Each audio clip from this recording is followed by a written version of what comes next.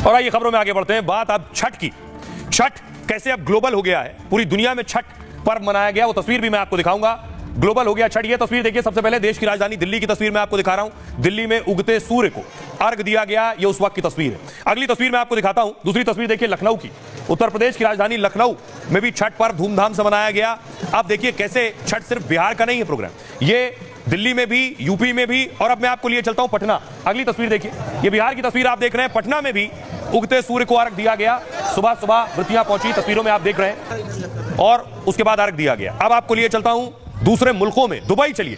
ये दुबई की तस्वीर आप देख रहे हैं। दुबई में भी जमकर छठ मना है। दुबई की तस्वीर आप देखिए जरा। दुबई में जो लोग यूपी बिहार के हैं, जो दुबई रहते हैं, उन्होंने भी छठ को आगे बढ़ाया है। और दुबई में देखिए किस तरह से उगते सूर्य को अर्घ दे रही हैं महिलाएं और छठ मना रही हैं। अगली तस्वीर देखिए जरा, ये ऑस्ट्रेलिया की तस्वीर मैं आपको दिखा रहा हूं। ऑस्ट्रेलिया में भी छठ मनाया जा रहा है। मेलबर्न की तस्वीर आप देख रहे हैं, ढोल नगाड़ों के साथ।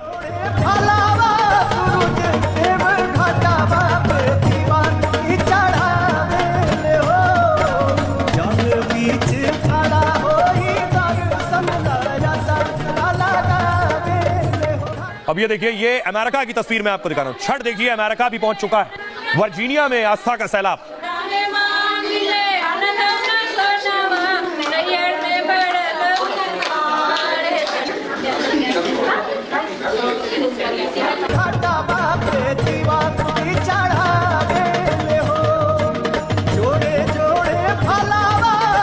पूर्वांचल से निकलकर कहां से कहां पहुंच गया छठ। दिल्ली, मुंबई, बेंगलुरु, अहमदाबाद, लखनऊ में पहले से छठ की धूम रही, लेकिन इस बार अमेरिका के कैरोलिना, वर्जीनिया, न्यूयॉर्क तक में छठ का नजारा दिखा। लेकिन देखने वाले तब देखते रह गए जब मुस्लिम देश संयुक्त अरब अमीरात के दुबई में बुर्ज खलीफा के बैकग्राउंड में छठ का अनमोल नजारा दिखा। तो सवाल ये कि आखिर छठ का त्योहार दुनिया के कोने कोने में कैसे पहुंचा, क्योंकि शायद दुनिया का ये एकमात्र ऐसा त्योहार है जो इतनी तेजी से फैलता जा रहा है। अब भाई आपको बताऊं, दुनिया के कौन कौन से देशों तक छठ पहुंच चुका है, कहां कहां छठ मनाया गया। अब इंटरनेशनल हो गया है ये। देखिए, ये पूरी दुनिया का नक्शा आपके सामने आ गया है। ऑस्ट्रेलिया की तस्वीर मैंने आपको दिखाई, मॉरिशस में मनाया गया। नेपाल में, भारत में, यूएई संयुक्त अरब अमीरात, ग्रेट ब्रिटेन, कनाडा और अमेरिका, इन देशों में छठ मनाया गया। अब जरा उन्हें सुनिए जिन्होंने छठ मनाया है, क्या कह रहे हैं बोलो।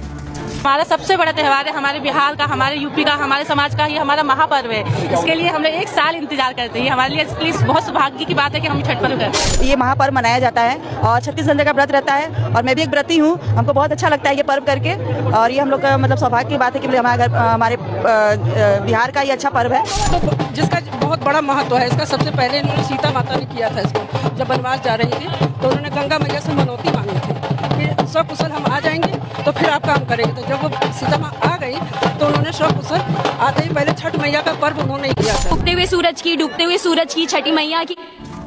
भाई आज की एक और बड़ी खबर है, चीफ जस्टिस ऑफ इंडिया यानी सीजेआई रिटायर हो गए हैं। अब नए सीजेआई होंगे इस कुर्सी पर। सीजेआई रिटायर हो गए चंद्रचूड़ साहब। तस्वीर मैं आपको दिखाऊं, ये वो तस्वीर है जब शपथ ली पहली बार और सीजेआई बने थे जस्टिस चंद्रचूड़।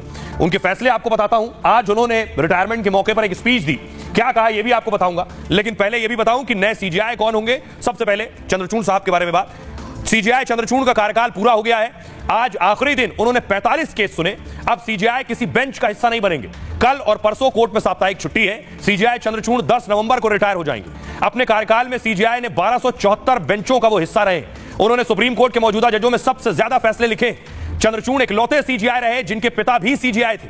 सीजेआई चंद्रचूड़ के पिता वाई.वी. चंद्रचूड़ देश के 16वें सीजेआई थे। सीजेआई चंद्रचूड़ 13 मई 2016 को सुप्रीम कोर्ट के जज बने थे। 9 नवंबर 2022 को उन्हें देश का 50वां सीजेआई बनाया गया। इससे पहले चंद्रचूड़ साहब इलाहाबाद हाईकोर्ट के चीफ जस्टिस थे।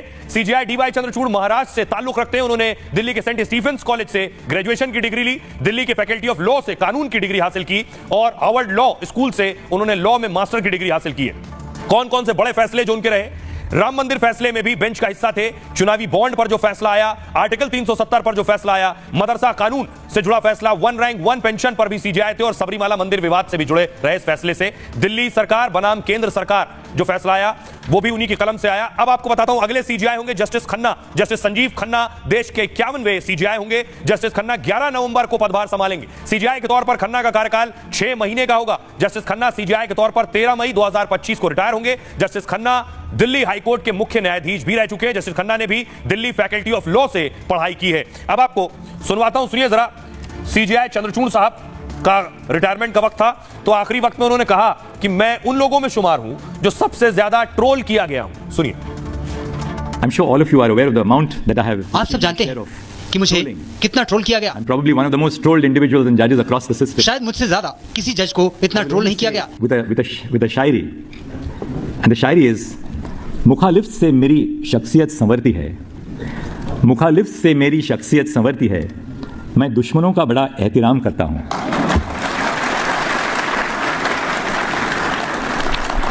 But on a lighter vein, लेकिन मुझे चिंता इस बात की है कि सोमवार से ये ट्रोलर बेरोजगार हो जाएंगे। will be rendered unemployed. CJI कह रहे हैं ट्रोलर बेरोजगार हो जाएंगे। सीजेआई के ही कलम से आज एक और फैसला आया है। अलीगढ़ मुस्लिम यूनिवर्सिटी से जुड़ा यह फैसला आया है। एएमयू अल्पसंख्यक दर्जा उसका है या नहीं, आज 7 जजों की बेंच ने फैसला दिया है। पिक्चर इस पर अभी बाकी है। अलीगढ़ मुस्लिम यूनिवर्सिटी जिसके माइनॉरिटी स्टेटस को लेकर, अल्पसंख्यक दर्जे को लेकर बवाल चल रहा था। अगली तस्वीर आपको दिखाऊं, सुप्रीम कोर्ट में इस मामले में सुनवाई हो रही थी और अब ऑर्डर कॉपी जो आई, अगली तस्वीर देखिए, ये है उस फैसले की कॉपी। कौन कौन से जज थे, सबसे पहले मैं आपको बताऊं 7 जजों की बेंच थी जिसमें खुद चीफ जस्टिस डीवाई चंद्रचूड़ थे, दूसरे जस्टिस संजीव खन्ना जो अगले सीजेआई होंगे, जस्टिस जेबी पारदीवाला और जस्टिस मनोज मिश्रा एएमयू मामले में, जस्टिस सूर्यकांत और जस्टिस दीपांकर दत्ता, सातवें जस्टिस सतीश चंद्र शर्मा। 7 जजों की बेंच थी। एएमयू माइनॉरिटी स्टेटस अल्पसंख्यक दर्जा उसे है, अल्पसंख्यक संस्थान है या नहीं, इस पर देखिए सुप्रीम कोर्ट के 7 जजों की बेंच से क्या फैसला निकल कर आया है। सबसे पहले आपको बताता हूं, देखिए जरा ये 7 जज। अलीगढ़ मुस्लिम यूनिवर्सिटी पर सस्पेंस और बढ़ गया है। एएमयू के अल्पसंख्यक दर्जे पर फैसला अब 3 जज करेंगे। सुप्रीम कोर्ट की 7 जजों की संविधान पीठ ने 4-3 से फैसला सुनाया, जिसका मतलब है 4 जजों के फैसले से 3 जज सहमत नहीं। इसके साथ ही सुप्रीम कोर्ट ने 1967 के अपने फैसले को भी पलट दिया, जिसमें सुप्रीम कोर्ट ने एएमयू के अल्पसंख्यक संस्थान का दावा खारिज कर दिया था 1967 में अजीज बादशाह बनाम केंद्र के केस में फैसला आया था। सुप्रीम कोर्ट ने तब कहा था एएमयू एक सेंट्रल यूनिवर्सिटी है, यह केंद्रीय कानूनों के तहत बना अल्पसंख्यक संस्थान है, इसलिए इसे अल्पसंख्यक संस्थान का दावा करने का हक नहीं। क्यों? क्योंकि केंद्रीय कानूनों के तहत बना था, ना ही इस संस्थान का संचालन अल्पसंख्यकों ने किया था। इस फैसले को सुप्रीम कोर्ट ने आज बहुमत से पलट दिया जो 1967 का था। सुप्रीम कोर्ट ने कहा कोई संस्थान केवल इसलिए अल्पसंख्यक का दर्जा नहीं खो सकता क्योंकि उसे केंद्रीय कानून के तहत बनाया गया। इसके साथ ही सुप्रीम कोर्ट ने इसे 3 जजों की बेंच के पास आगे भेज दिया है। अब नई बेंच यह फैसला करेगी कि एएमयू अल्पसंख्यक संस्थान है या नहीं। अब 3 जजों की नई बेंच यह जांच करेगी कि इसकी स्थापना कब हुई, इसकी स्थापना के पीछे किसका दिमाग था। अगर इसमें अल्पसंख्यक समुदाय की भूमिका सामने आती है तो आर्टिकल 30 के तहत एएमयू अल्पसंख्यक दर्जे का दावा कर सकती है। विवाद कहां से शुरू हुआ? एएमयू का विवाद दरअसल 2005 में शुरू हुआ, जब एएमयू ने खुद को अल्पसंख्यक संस्थान बताया। मेडिकल के पीजी में 50% सीटें मुसलमानों के लिए रिजर्व कर दी, जिसके खिलाफ हिंदू छात्र इलाहाबाद हाईकोर्ट पहुंच गए। हाईकोर्ट ने एएमयू को अल्पसंख्यक संस्थान नहीं माना। इसी के खिलाफ एएमयू प्रबंधन सुप्रीम कोर्ट पहुंचा। 2019 में 7 जजों की बेंच को केस ट्रांसफर किया गया और इसी बेंच ने आज फैसला सुनाया है। आगे 3 जजों की बेंच अब यह देखेगी कि किस तरह का माइनॉरिटी स्टेटस का दर्जा है इस संस्थान को। जरा सुनिए क्या कुछ कह रहे हैं इस मामले में जानकार।